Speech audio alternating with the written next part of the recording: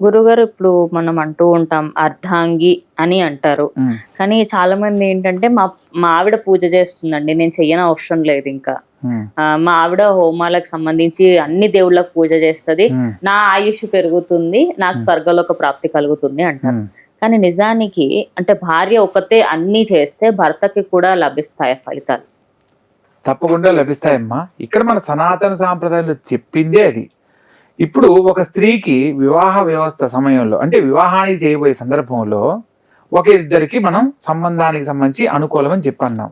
కానీ అబ్బాయి జాతకంలో అల్పాయుష్ ఉందనుకోండి, అమ్మాయి జాతకంలో దీర్ఘ సుమంగళి యోగం ఉంటే ఆ అమ్మాయినిచ్చి వివాహం గనక చేస్తే ఇతనికి ఉన్న అనారోగ్యం తొలగిపోయి ఇతను, ఎందుకంటే ఈ అమ్మాయి సౌభాగ్య ప్రాప్తిని పొందాలి అని అంటే ఇతని రోగం వల్ల ఏదైతే దోషం ఉందో అది పోతుంది.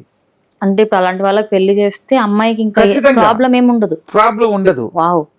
అందుకని వివాహ వ్యవస్థలో అర్ధాంగి అని స్త్రీకి చాలా ప్రాధాన్యత ఇవ్వబడింది.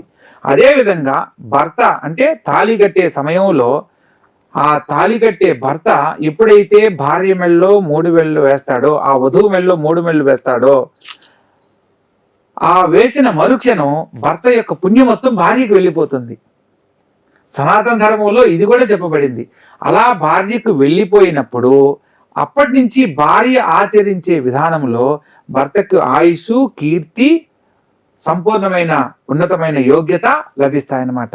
ఈ భర్త వల్ల తనకి సంపూర్ణమైన సౌభాగ్య యోగం పొందడానికి అవకాశం ఉంటుంది. ఇక్కడ ఇద్దరినీ సగం సగం అని చెప్తూ ఇద్దరూ తప్పనిసరిగా ఆచరించవలసిన విధానాలను తెలియజేసిందన్నమాట శాస్త్రం మనకు.